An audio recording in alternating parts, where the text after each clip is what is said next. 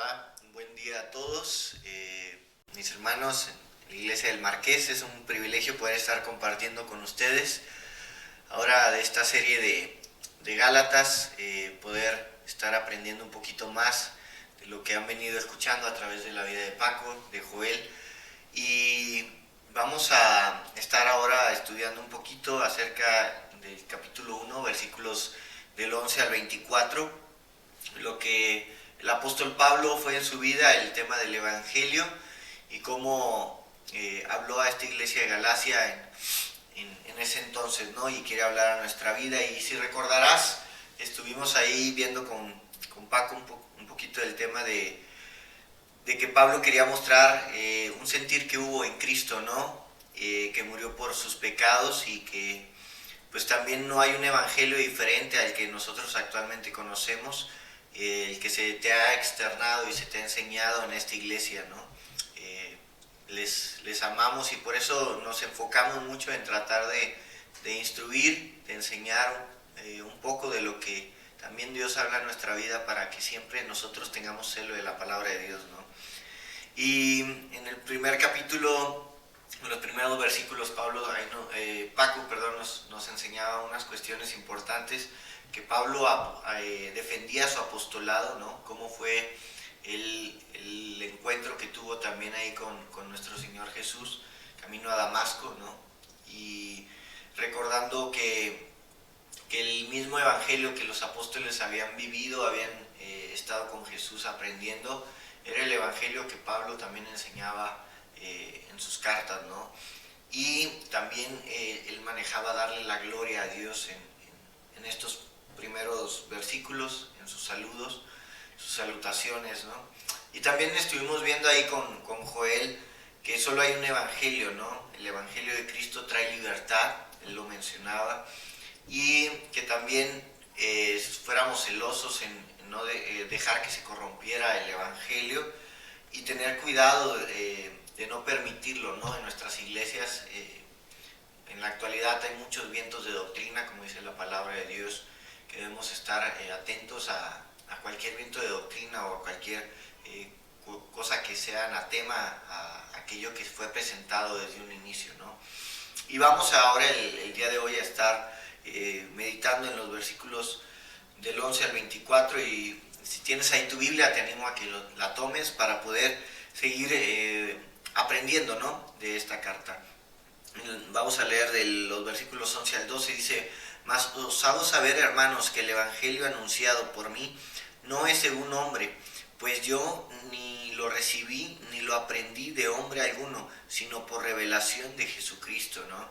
Entonces Pablo estaba mencionando acá el evangelio de hombres, que muchas veces es sustentado en fábulas, en historias, que no es real en las iglesias, en los púlpitos el día de hoy, ¿no? Entonces todo aquel que acostumbra a escuchar mensajes en internet y piensa que toda cuestión con que le pongas mensaje evangelístico o cualquier cosa relacionada con la Biblia va a ser de edificación a tu vida, debes de tener cuidado de escuchar y prestar oídos a tantos mensajes que el día de hoy no hablan de la palabra de Dios, ¿no?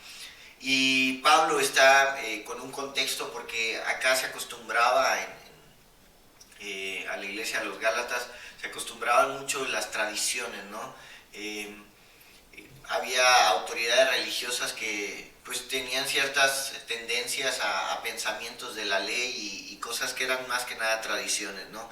Y no mostraban el evangelio, que era el bueno, ¿no? Delante de Dios, y el que era sano para ellos. Fíjate bien, dice el versículo 13 y 14, dice: porque ya habéis oído acerca de mi conducta en otro tiempo, dice, en el judaísmo, que perseguía sobremanera a la iglesia de Dios y la asolaba. Dice el versículo 14, y en el judaísmo aventajaba a muchos de mis contemporáneos en mi nación, siendo mucho más celoso de las tradiciones de mis padres. Y fíjate, él mismo hablaba acerca de lo que él pensaba y lo que él vivía, ¿no? Yo vengo de una iglesia tradicional, yo, Daniel, y había costumbres que nosotros pensábamos que hacía lo correcto delante de Dios, que agradábamos a Dios, pero estábamos agradando más que nada a una religión, a nuestro propio ego y a nuestras tradiciones, ¿no? Aquello que mis abuelos enseñaron a mis padres y mis padres trataban de mostrarnos ahora a nosotros, a mis hermanos y a mí. Entonces, Pablo, él entendía que él venía de ese lugar, de esas tradiciones, de esa forma de pensar, ¿no? Y fíjate muy bien, te quiero pedir que me acompañes ahora al libro de Hechos, en el capítulo 7, versículos del 54 al 60, Pablo nos muestra cómo él venía de tradiciones y a qué grado llevaban esas tradiciones en su vida, ¿no? Tal vez tú el día de hoy tienes tradiciones y no te has dado cuenta que las sigues llevando ciertos hábitos porque así lo acostumbrabas durante muchos años, y eso no quiere decir que es lo correcto delante de Dios, ¿no? Y Pablo mismo en esta carta nos anima con su ejemplo, con su testimonio, poder ver lo que él era antes, ¿no? Y lo que estaba haciendo de impacto ahora, ¿no? Y fíjate bien, vamos ahí a leer del versículo 54, dice: oyendo estas cosas, se enfurecían en sus corazones y crujían los dientes contra él. Pero Esteban, y ya aquí te menciona de quién estamos hablando, pero Esteban, lleno del Espíritu Santo, puesto los ojos en el cielo, vio la gloria de Dios y a Jesús que estaba a la diestra de Dios. Y dijo: he aquí veo los cielos abiertos y al Hijo del Hombre que está a la diestra de Dios. Entonces ellos, dando gran voces, se taparon los oídos y arremetieron a una en contra de él, y echándole fuera de la ciudad le apedrearon, y los testigos pusieron sus ropas a los pies del joven que se llamaba Saulo. Y aquí está hablando de ese Saulo que era en su pasado, ¿no? Y me gusta pensar, la vida de Esteban fue un joven el cual ardiente y deseoso de compartir las buenas nuevas y hacer entender a otros su error en el camino, a través de su servicio y de que Dios hablaba a su vida. Él pudo compartir con personas, pero había gente que estaba en contra del evangelio y decían que era falso y que no reconocían a Jesús como Dios, ¿no? Y que Él no había resucitado. Y Esteban, acá compartiendo con muchos hombres, fue atacado y fue matado, ¿no? Y muestra que Esteban, pues, sufrió como un mártir, ¿no? Por el evangelio. Y dice que echaron sus ropas, ya que lo mataron, a los pies de Saulo. Saulo encabezaba estas persecuciones contra los cristianos. Y por eso, hablando a los Gálatas, él comentaba de sus tradiciones del judaísmo, que él, pensando que él estaba bien, pues podía perseguir a la iglesia de Cristo, ¿no?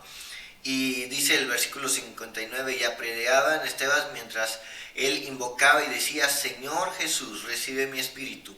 Y puesto de rodillas, clamó a gran voz: Señor, no les tomes en cuenta este pecado. Y habiendo dicho esto, durmió. Y Esteban fallece por causa, entre comillas, de un buen evangelio o una buena tradición que Saulo tenía, ¿no? de su pasado, ¿no?